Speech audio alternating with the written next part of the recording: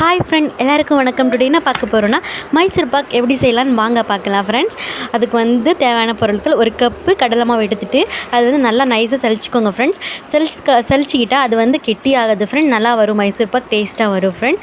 இந்த மாதிரி நைஸாக சலிச்சிக்கோங்க ஃப்ரெண்ட். சலிச்சதுக்கப்புறமேட்டி ஒரு கப்பில் கடலை மாவு சேர்த்துட்டு அதுக்கு ஒரு கப்பு எண்ணெய், அரை கப்பு நெய் சேர்த்துக்கோங்க ஃப்ரெண்ட். நெய் நல்லா சேர்த்துக்கோங்க. நெய் சேர்த்துனாலும் மைசூர் பாக் நல்லா டேஸ்ட்டாக இருக்கும் ஃப்ரெண்ட். அதுக்கப்புறமேட்டி ஒரு கடாய் எடுத்துக்கோங்க ஃப்ரெண்ட். அதில் எண்ணெயும் நெய்யும் சேர்த்து நல்லா சூடு பண்ணிக்கோங்க ஃப்ரெண்ட். சூடு பண்ணதான் மைசூர் பாக் நல்லா கிறிஸ்பியாக வரும் ஃப்ரெண்ட். அது சூடு பண்ணதிலே கடலை மாவு போட்டு நல்லா மிக்ஸ் பண்ணுங்கள் ஃப்ரெண்ட். கட்டி எதுவுமே இருக்கக்கூடாது ஃப்ரெண்ட். அந்த மாதிரி நல்லா ஃபைனாக மிக்ஸ் பண்ணிக்கோங்க ஃப்ரெண்ட்ஸ். நல்லா மிக்ஸ் பண்ணிகிட்டே இருங்க, நல்லா கெட்டியாயிரும். நல்லா இந்த மாதிரி டைப்பில் மிக்ஸ் பண்ணிக்கோங்க ஃப்ரெண்ட். நெக்ஸ்ட்டு அதுக்கே 1.5 கப்பு சர்க்கரை சேர்த்துக்கோங்க ஃப்ரெண்ட். அளவு மட்டும் கரெக்டாக போட்டுக்கிட்டால் போதும், நல்லா வரும் ஃப்ரெண்ட்ஸ். சர்க்கரை போட்டு அதுக்கு பாகு பண்ணிக்கோங்க ஃப்ரெண்ட். அதில் ஒரு கப்பு தண்ணி சேர்த்துக்கோங்க ஃப்ரெண்ட்ஸ்.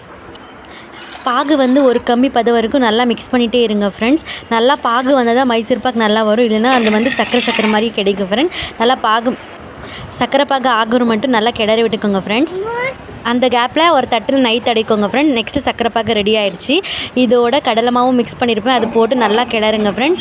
நல்லா எண்ணெய் பிரிஞ்சு வரணும், அந்த மாதிரி கிளறிட்டே இருங்க ஃப்ரெண்ட்ஸ். நல்லா கிளற அந்த கடலை மாவு கெட்டி ஆயிரும். அதுக்கப்புறமேட்டு தட்டில் அதை ஒரு தட்டத்தில் நெய் தடவி இருப்பீங்களா, அந்த தட்டத்தில் அதெல்லாம் போட்டு ஒரு 5 hours ஆற விட்டுருங்க friends.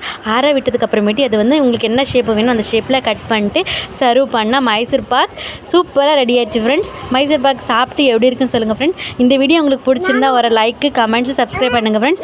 Okay friends, Mysore pak சாப்பிட்டு என்ஜாய் பண்ணுங்கள். ஓகே ஃப்ரெண்ட்ஸ், பாய்.